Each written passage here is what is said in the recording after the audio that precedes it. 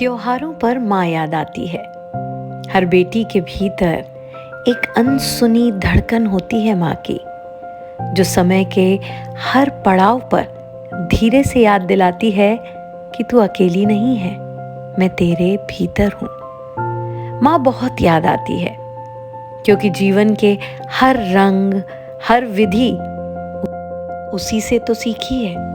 खाना बनाना, तुलसी को जल चढ़ाना, दीपक का रुख किस दिशा में हो, सब उसकी ही सिखाई हुई लकीरें हैं जो आज भी हाथों की रेखाओं में दर्ज हैं। त्योहार आते हैं तो लगता है आंगन में माँ फिर से उतर आई है। उसकी गूंज है रसोई की महक में, उसकी परंपरा है दीप की लौ में, और उसकी स्मृति हर आरती की धुन में थरथराती हुई।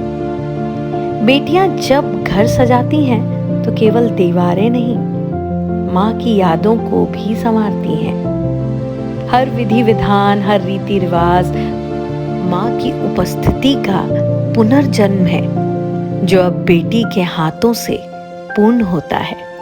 वो सोचती है माँ ऐसा करती थी, और करते करते स्वयं माँ बन जाती है। भाव में, कर्म में, आशीष में।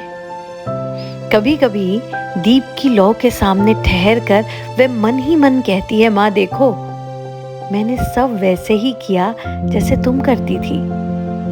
थाली में वही मिठाई रखी है, वैसे ही दीप सजाया है चौखट पर, और पता है बच्चों को भी सिखाया है, पहले दिया जलाने से पहले मन को शांत करना चाहिए।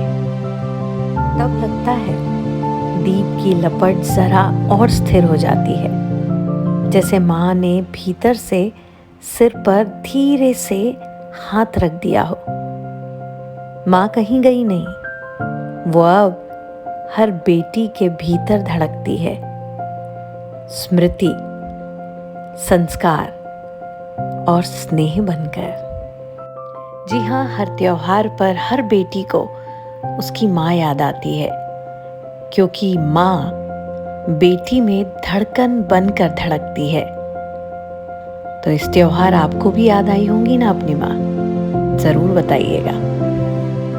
तो रोशनी के इस त्योहार में आपका जीवन भी जगमगा उठे और चमचमा जाए, इसी उम्मीद के साथ कलम और आवाज की ओर से इस दीपोत्सव की आपको ढेरों शुभकामनाएं।